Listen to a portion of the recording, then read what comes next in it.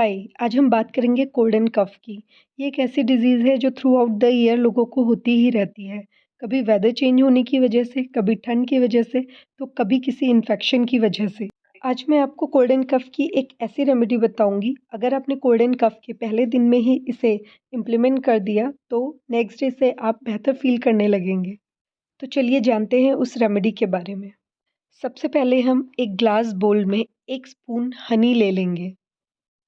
Honey mucus secretion को reduce करता है और कफ को सप्रेस करता है।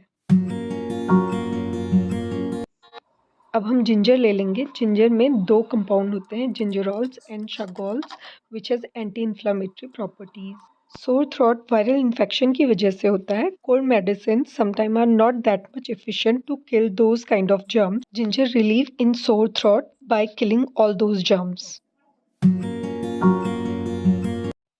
अब हम ब्लैक पेपर या काली मिर्च लेंगे और इसको मामदस्ते पर दरदरा पीस लेंगे। Black pepper has expectorant and anti inflammatory properties. हमने जिंजर की थिन स्लाइसेस बनाई हैं। हम एक स्लाइस को लेकर नाइफ की हेल्प से बर्नर पर इसको रोस्ट कर लेंगे।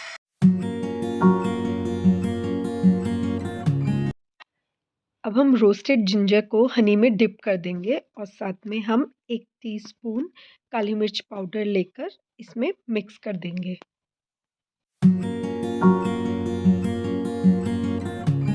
अगर घर में छोटे बच्चे हैं तो उन्हें जिंजर स्लाइस मुंह में रखना पसंद नहीं आएगा। इस सिचुएशन में हम जिंजर को ग्रेट करके उसका जूस निकाल लेंगे। आप इस मिक्सचर को दिन में 2 बार लीजिए। आपको किसी डॉक्टर के पास जाने की ज़रूरत नहीं है, किसी तरह की मेडिसिन्स खाने की ज़रूरत नहीं है। यू विल सी कि आपका कोल्ड एंड कफ ठीक हो गया। अगर आपको ये इन्फॉर्मेशन हेल्पफुल लगी तो please do watch, like and subscribe my YouTube channel Fortune gardening.